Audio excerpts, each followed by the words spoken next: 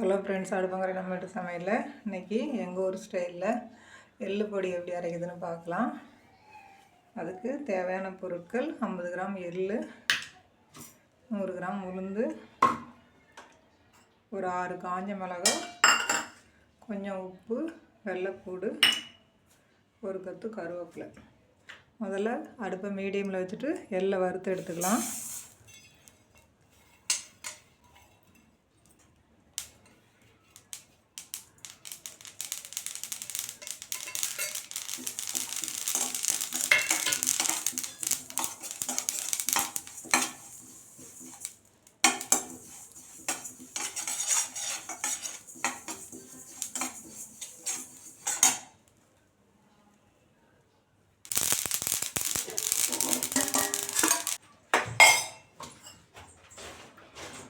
கொஞ்சமாக எண்ணெய் ஊற்றிட்டு காஞ்ச மிளகாய் வறுத்துக்கலாம்.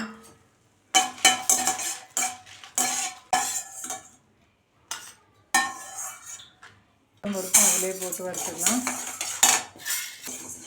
எள்ளு பொடி உடம்புக்கு ரொம்ப ஆரோக்கியமானது. எள்ளு பொடி இன்னொரு முறையிலையும் அரைக்கலாம். வெறும் எள், வத்தல், பூண்டு, உப்பு, அவ்வளோதான். எள்ளு நல்லா வெடிக்க வறுத்துட்டு அப்படியே மிக்சியில் போட்டு பல்ஸ் பண்ணி எடுத்துக்கலாம். நான் இன்றைக்கி உளுந்து சேர்த்து அரைக்கிறேன். உளுந்துமே உடம்புக்கு நல்லா ஆரோக்கியமானது. அது இன்னொரு டேஸ்ட்டில் வரும், இது வேறு டேஸ்ட்டில் இருக்கும். ஆனால் ரெண்டுமே சத்தானது தான். இன்னொரு வீடியோவில் வெறும் எள்ளு பொடி எப்படி அரைக்கிறதுன்னு காட்டுறேன்.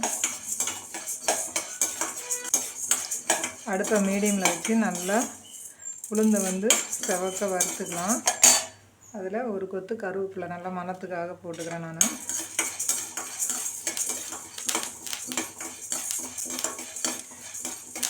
இது என்னோடைய இது தான். நான் தான் கருவேப்பிலை போட்டு வரைப்பேன். ஊரில் கருவேப்பிலெலாம் போட மாட்டாங்க.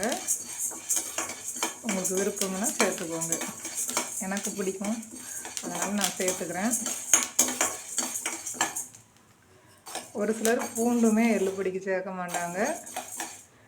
நான் பூண்டு சேர்த்துப்பேன். பூண்டும் நம்மளுக்கு நல்லது. அதனால் பூண்டு சேர்த்து அரைச்சிக்கோங்க. பூண்டு முதல்ல போட்டு அரைக்கலன்னா கூட கடைசியில் தட்டி போட்டு பல்ஸ் பண்ணி எடுத்துக்கலாம். இப்போ உளுந்துமே நல்லா வறுபட்டுருச்சு. இதை கொஞ்சம் நேரம் ஆற வச்சுட்டு முதல்ல உளுந்து காஞ்ச மிளகாய் அரைச்சிட்டு அதுக்கப்புறமா எள்ளு போட்டு அரைச்சி எடுத்துக்கலாம். இப்போ எள்ளு பொடி நல்லா அரைச்சி எடுத்தாச்சு. வெள்ளை உளுந்து போட்டதுனால கலர் கொஞ்சம் இதுவாக இருக்குது, ஒயிட்டாக. இதே என்கிட்ட கருப்பு உளுந்து இல்லாதனால நான் வெள்ளை உளுந்து போட்டு அரைச்சேன். உங்கள்கிட்ட கருப்பு உளுந்து இருந்ததுன்னா நீங்கள் கருப்பு உளுந்து தான் நல்லா உடலுக்கும் ஆரோக்கியமானது. உளுந்து இருந்தால் கருப்பு உளுந்து போட்டு அரைச்சிக்கோங்க. அப்படி இல்லைன்னா எள்ளு மட்டும் போட்டு அரைச்சிக்கோங்க. திருநெல்வேலியில், தூத்துக்குடியிலலாம் எள்ளு பொடி ரொம்ப விசேஷமாக அரைச்சி சாப்பிடுவாங்க. ஒரு கல்யாணம், ஒரு ஃபங்க்ஷன்னாலே டிஃபன் இருந்தால் எள்ளு பொடியும் சேர்த்து இலையில் வைப்பாங்க. அந்தளவுக்கு ஒரு பாரம்பரியமான எள்ளு பொடி.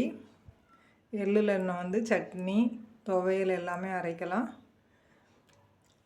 இப்போ நம்மளோட எள்ளு பொடி சூப்பராக ரெடி ஆகிடுச்சு. நீங்களும் இது மாதிரி செய்து பார்த்துட்டு எப்படி இருக்குன்னு கமெண்ட் பண்ணுங்கள். மறக்காமல் நம்ம சேனலுக்கு சப்ஸ்கிரைப் பண்ணுங்கள். அடுத்த ஒரு வீடியோவில் சந்திப்போம். நன்றி, வணக்கம்.